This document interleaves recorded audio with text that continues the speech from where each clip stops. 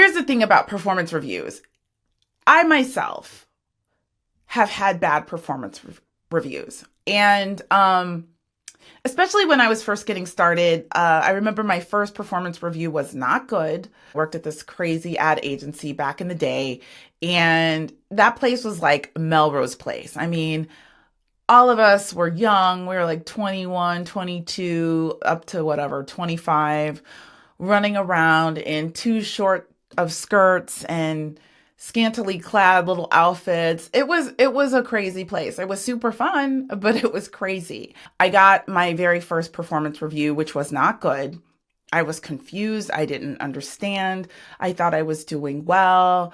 And really, a lot of it was nonsensical. And I didn't have every performance review be bad, but this one was definitely a shock.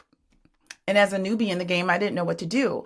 And at that time, I didn't even think to consider, well, I probably did think to consider it was racial, but I still took it personally. Like it was like a direct attack on me, a direct attack on my work, how I worked, my skills, my intelligence, all of those things. And it happened continually in my career a few different times. I worked at another advertising agency. The way you would get reviewed there is they would send around a grade report. So people who didn't even work with you could grade you and give you an A, B, C, D, or an F. And I remember one year I was told I got 2 Fs from 2 people, which was really peculiar because I was working in a subsidiary and we were very slow. So I wasn't even really working with anybody very much. We were working on trying to get new business, but I wasn't really working with anyone. Before we get started, I want to share with you some statistics that I looked up, and I'm going to read them to you that really substantiate and back up what us Black women know to be true, but somebody thought it was important enough to study it, and I'm going to share this with you now.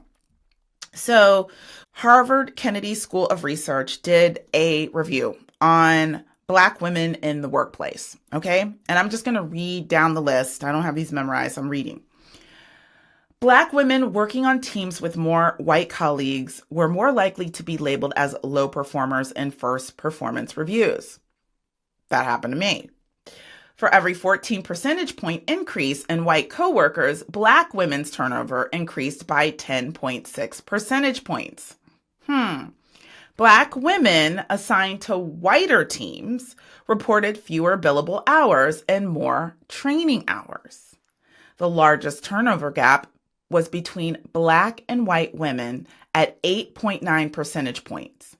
Black women were the only demographic group significantly affected by team racial composition. And finally, Black women's turnover decreased when working with more Black colleagues. Now, I also found some research on McKinsey Lean In research. This was a research study from 2018 to 2024. And I'll tell you what they found. In 2024, only 54 Black women were promoted for every 100 men, compared to 89 white women.